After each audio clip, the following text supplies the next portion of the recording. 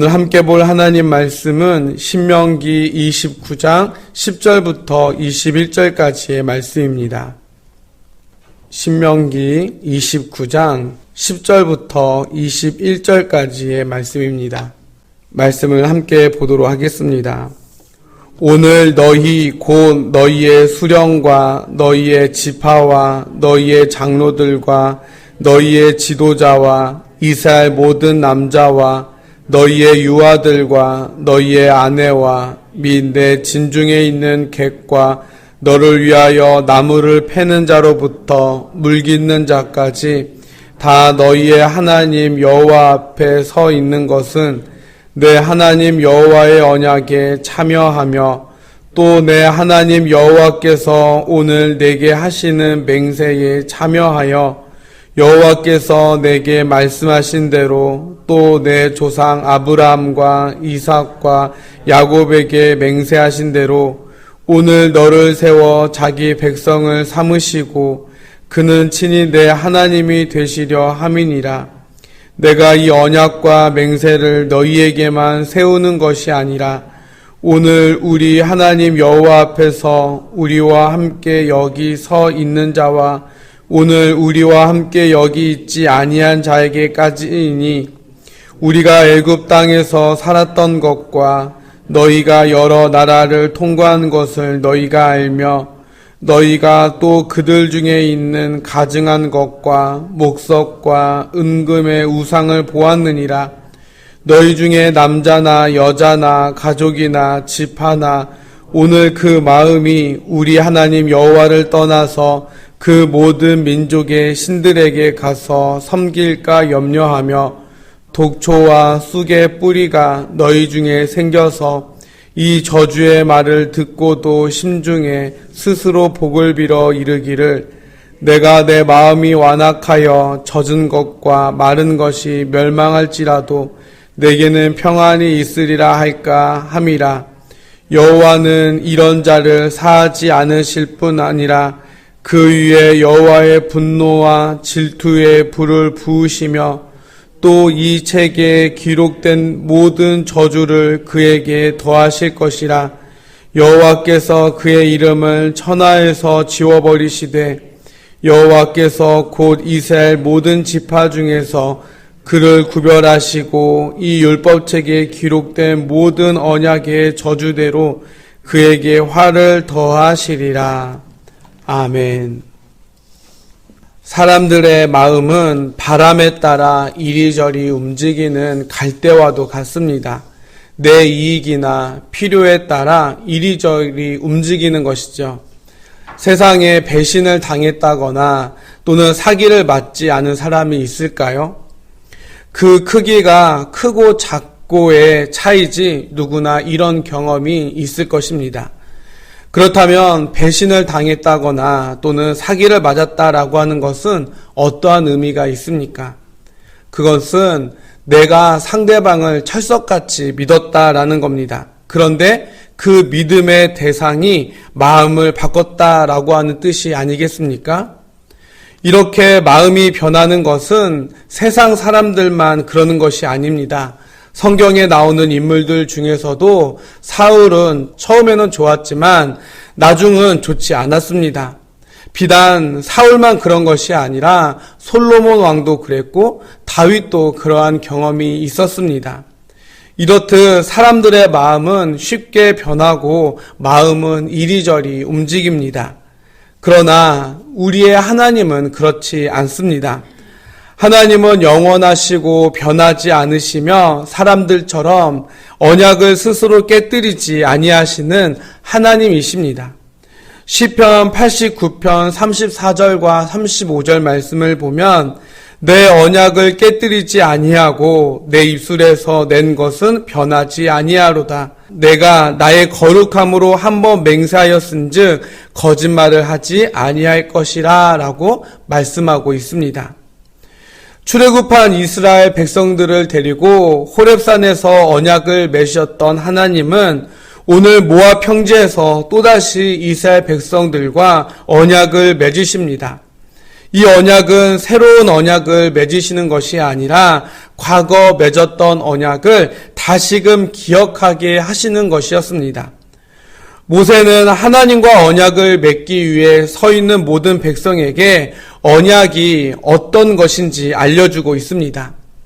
그런데 이와 같은 은혜의 언약은 선택받은 소수의 사람에게만 제한된 것이 아니라 오늘 10절과 11절 말씀처럼 모든 부류와 계층의 사람들을 위한 것이었습니다.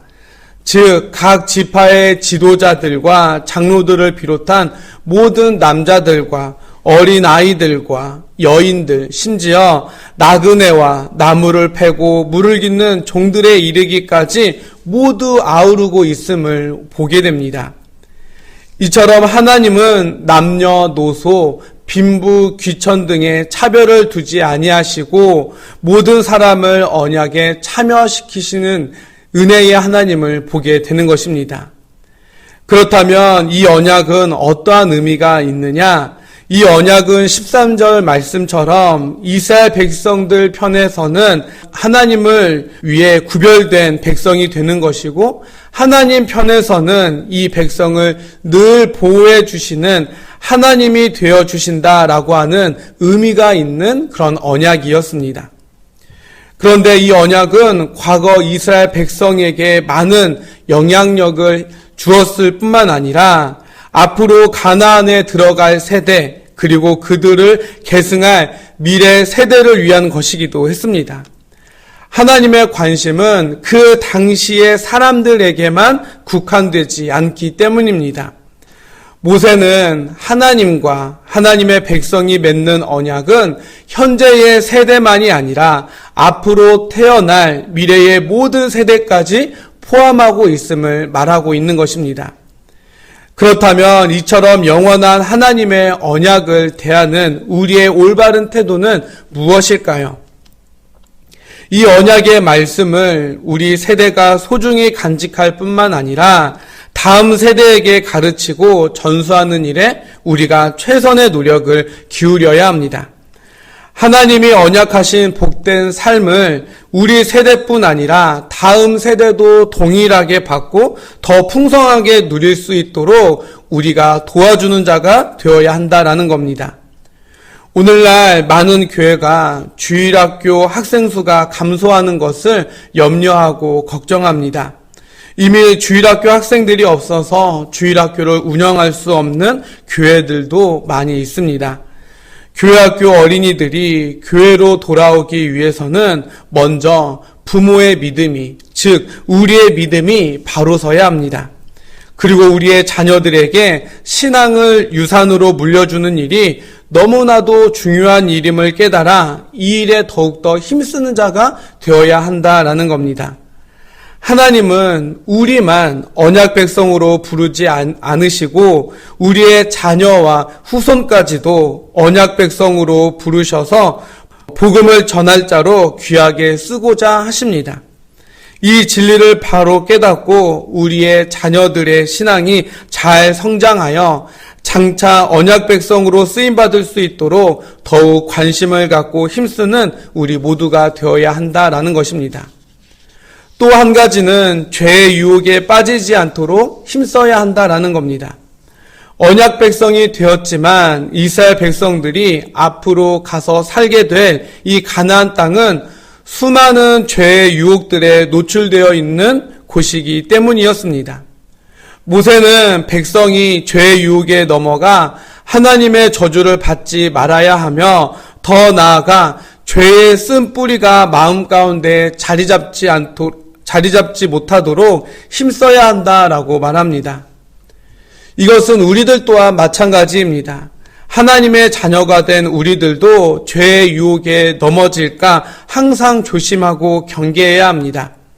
더불어 죄의 쓴 뿌리가 우리 마음 가운데 자리 잡지 못하도록 늘 경계함으로 하나님의 거룩한 언약 백성다운 삶을 살아갈 수 있어야 한다라는 것이지요. 사랑하는 우리 행복한 교회 성도 여러분, 하나님은 모든 세대에 걸쳐 언약 백성을 부르시고 그들에게 복된 삶을 허락하십니다. 우리들이 언약 백성이 된 것에 만족하지 않고 하나님이 주시는 언약 백성으로서의 복이 우리 세대를 넘어 자녀들에게도 임하도록 관심과 노력을 더욱더 기울일 수 있는 저와 여러분이 될 수 있기를 소망합니다. 더불어 죄의 유혹에 빠져 마음에 독초와 쑥의 쓴뿌리가 생기지 않도록 거룩한 하나님의 자녀다운 삶을 살기 위해 더욱더 힘쓰는 우리 모두가 되어야만 하겠습니다. 그렇게 살아가는 저와 여러분이 될 수 있기를 주님의 이름으로 간절히 축원해 드립니다. 함께 기도하도록 하겠습니다.